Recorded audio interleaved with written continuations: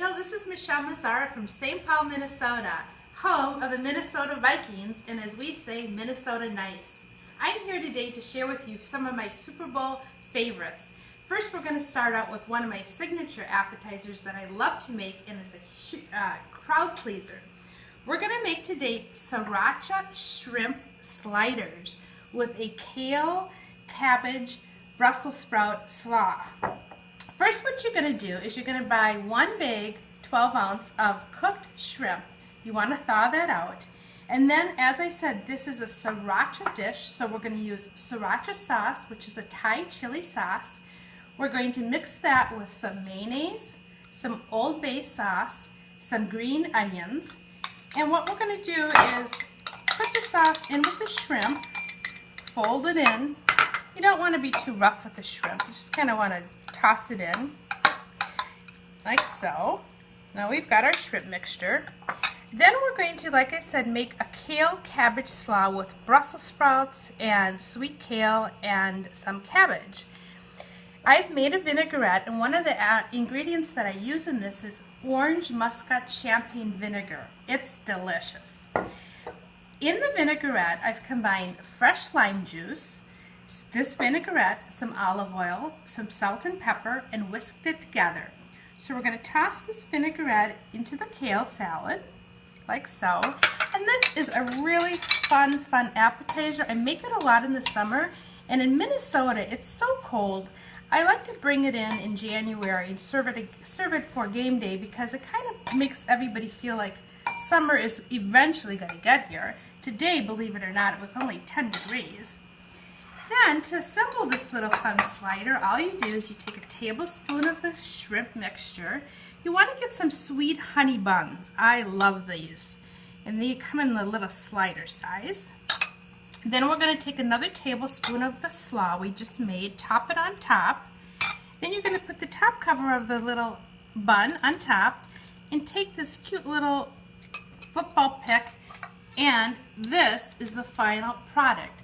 There's one word that I have to describe this, Rachel, and that is foodie-licious. I'm not kidding you. Yum, yummy, and foodie-licious. The next appetizer that I'm going to make on game day is my panko-crusted chicken meatballs with blood orange, peach, and chili sauce. So easy to make. Let me tell you how you do it. You get a small yellow onion, some sesame oil, some soy sauce, and chop that up and saute it for about 20 minutes at the most. Then you want to take that onion mixture in a bowl, add 1 pound of fresh ground chicken, half a cup of panko breadcrumbs. Panko breadcrumbs are a Japanese style breadcrumb. And the difference between panko and regular breadcrumbs is the panko breadcrumbs do not use the crust. It's actually just the white part of the bread. So then you're going to make these little meatballs. You're going to form these little balls. You're going to bake these on a cookie sheet in the oven at 375 for 10 minutes. And then for the sauce, what I've done is I've taken the juice of a blood orange, and these blood oranges come in season in Minnesota at the end of December until about mid-February. These blood oranges come from the Mediterranean, and they're a little bit more mellow and soft in flavor. So in the sauce, what I've done is I've combined the juice of blood oranges, some peach preserves, some Thai chili paste, some rice wine vinegar, and just saute it, boil it, or cook it over the medium on your oven top for about 15 minutes until it gets nice and thick. These are great crowd pleasers. They're fun to eat. They're finger foods. All you need to do is just pick one of these little meatballs up, like so, put it in your mouth, and it's a nummy, nummy, nummy game day. So, as I said, I'm from Minnesota. We love our game here. We love the Vikings. They're not the best team so far this season, but that's okay. We're going to have fun anyway. And because I am from Minnesota, and when you come over for the Super Bowl, I'm going to make you a Viking teeny. This is a cocktail that I created in honor of our Minnesota Vikings. And what we're going to do first is, we can move this out of the way. I'm going to take a wedge of a lemon, and I'm going to rim it. I'm going to juice it around the rim of a martini glass. Now the reason I'm doing this, Rachel, is this is going to help with the sugar to stick to the rim of the glass. So it's going to coat the glass and make it wet. So then I've gotten some purple sugar, because our colors for the Vikings are purple and gold, and I'm going to just swirl it halfway. Then I'm going to go into the yellow sugar and swirl it the other half. So there's the base of my rim for my Vikingini. Then what I'm going to do is I've taken a martini shaker, which I've kept in the freezer so it's nice and cold. You could hear the ice in it. And I'm going to add my liqueurs for my Vikingini.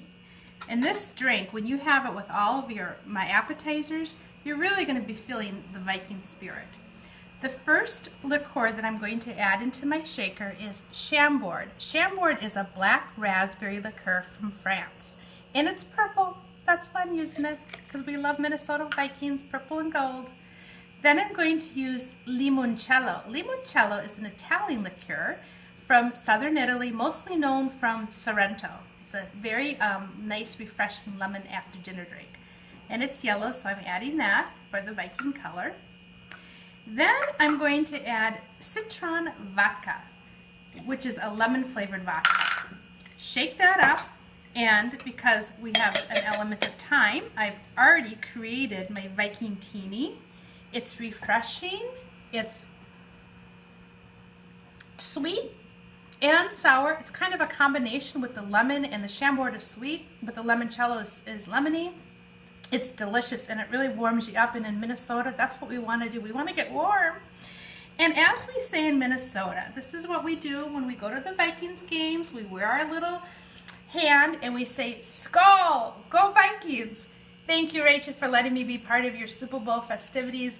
Happy Super Bowl Sunday. Cheers.